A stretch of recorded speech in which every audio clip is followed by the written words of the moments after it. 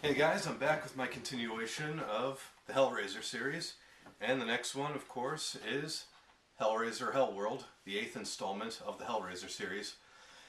This was filmed back-to-back with Hellraiser Deader, and again, it was directed by Rick Botta. This was his third time directing a Hellraiser movie. And of course, Doug Bradley does come back as Pinhead in this one, the only actor to be in like 1 through 8. I'll get to that in just a second. So this one's basically about this group of friends who are obsessed with this game called Hellworld. And this game is basically about Pinhead and the Cenobites. Basically what you know about the Hellraiser series this game is about.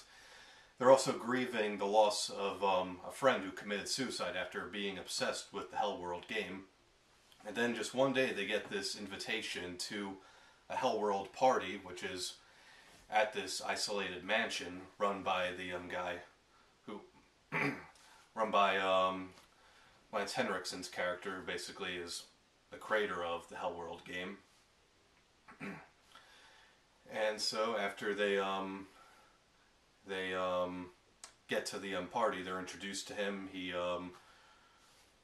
basically puts them in this whole game, and then that's when all the crazy stuff like regarding Pinhead, the Cenobites, all begins at this party. So each one of them starts getting killed off one by one, and all leads up to to an interesting twist. It does actually involve their friend who committed suicide, which I'm not going to spoil. Want you to see it for yourself. This one, I mean, it's not really good per se, but it's not really too bad of a movie. I mean, it's better than Hellraiser Deader, and I'm sure a lot of people will disagree because I have seen people put this one as one of the worst Hellraiser movies, and it kind of is, but they put it as like number one up until Revelations came out. It's like this one was considered like the worst Hellraiser movie, but I disagree on that one. To me, it's Inferno and then Deader were the worst ones. This one wasn't good, though. I mean, I say that mainly because, things like had some pretty bad acting in it. Except for Lance Henriksen, he was pretty good. And an interesting thing was one of the actors in this was a young Henry Cavill before he played Superman in Man of Steel. Doug Bradley was also pretty good as well, but he was barely in this movie, much like he was in Inferno, Hellseeker, Deader, so he's barely in this one as well. He doesn't really get to do that much in this one as well. The plot twist kind of ruined it a bit.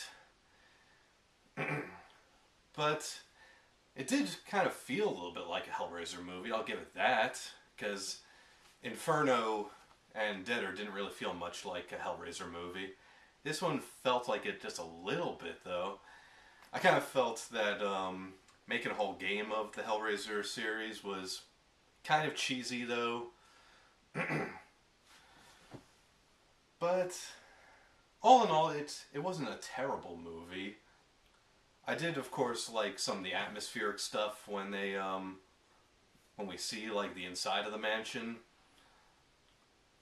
But all in all, it was just a cheap Hellraiser movie in general. It's not 100% worth seeing.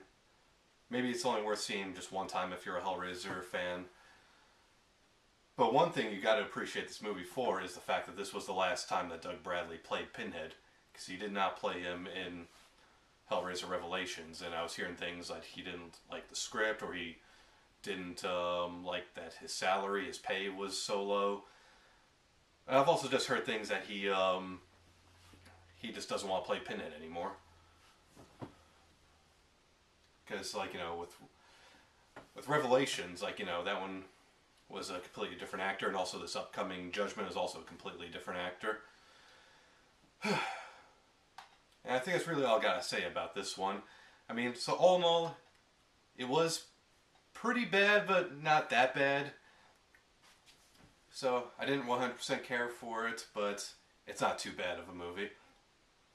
So now you're thinking that the next review is going to be Hellraiser Revelations, but I'm going to say it right here, right now. I'm not reviewing that one next.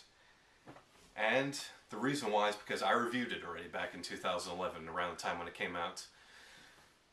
And if you have not seen my review of Hellraiser Revelations, I would suggest, go check it out if you want. But I warn you, though, you're not going to like my opinion. And I still stand by that opinion, by the way. My opinion has not changed after rewatching it. So, to each his own, that's all I gotta say. So, my next review is going to be Hellraiser Judgment, so stay tuned for that one. See ya.